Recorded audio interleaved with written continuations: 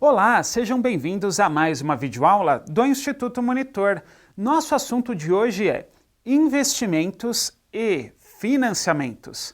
Os tópicos a serem abordados nessa aula são financiamentos. Ao término desta aula, você deverá ser capaz de conhecer quais os tipos de financiamentos. Financiamentos.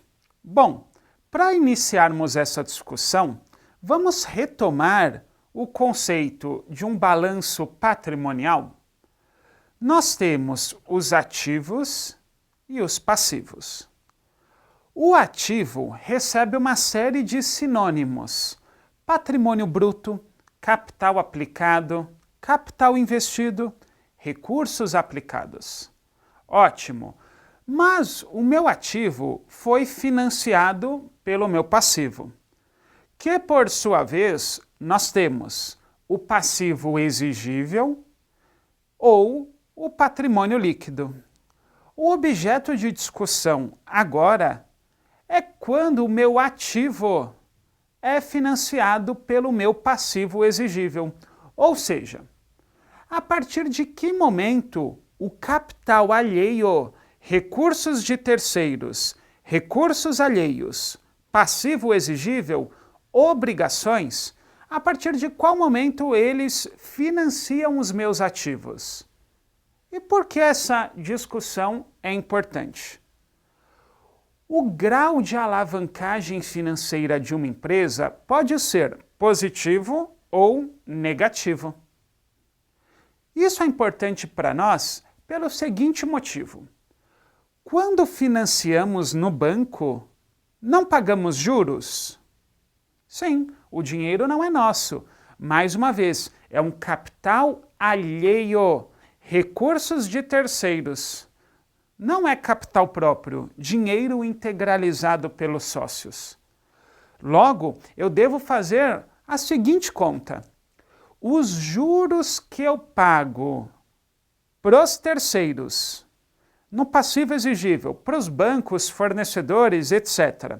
Os juros que eu pago são menores que o retorno que eu tenho na aplicação do meu ativo? Se for essa a conta, ótimo, nós temos um grau de alavancagem positivo. Porém, se os juros que eu pago para o banco, para os meus fornecedores, for maior do que o retorno que eu tenho na aplicação dos meus ativos, aí eu já tenho um grau de alavancagem negativo. Então, assim, o nosso início de discussão está em que momento? Existe a alternativa de financiar os meus ativos com capital alheio, com recursos de terceiros, que é o meu passivo exigível. Mas devemos nos atentar a essa equação. Juros que eu pago versus retorno obtido. Pois, do contrário, a empresa vai se endividar cada vez mais e não terá aí nenhuma vantagem com isso.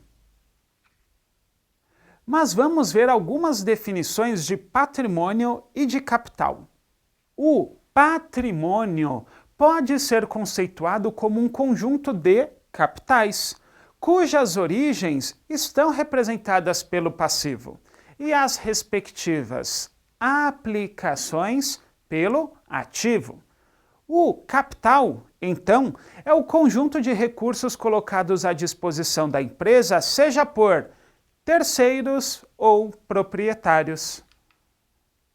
Recursos próprios versus recursos de terceiros. É uma discussão que a maioria das organizações se depara no seu dia a dia. Por quê? Existe uma regra geral que entende que o capital de terceiros, ou seja, o passivo exigível, as obrigações, as dívidas, são mais baratas do que o capital próprio. Vamos entender isso melhor? Num primeiro momento, entende-se que é mais barato pegar dinheiro emprestado no banco do que os sócios integralizarem recurso na empresa. Isso pode soar um pouco estranho. Por quê? Porque estamos num país que possui uma das maiores taxas de juros do mundo. Então, assim, se eu tenho um país desenvolvido, que trabalha com taxa de juros bem baixa, talvez essa conta realmente seja a regra geral. Mas muitas vezes aqui não é bem assim que funciona. Ou seja, eu devo analisar, vou partir para recursos de terceiros, capital alheio, dívida em banco? Devo fazer a conta. Os juros que eu pago para o banco compensam o retorno que eu tenho na aplicação do meu ativo? Sabem por quê?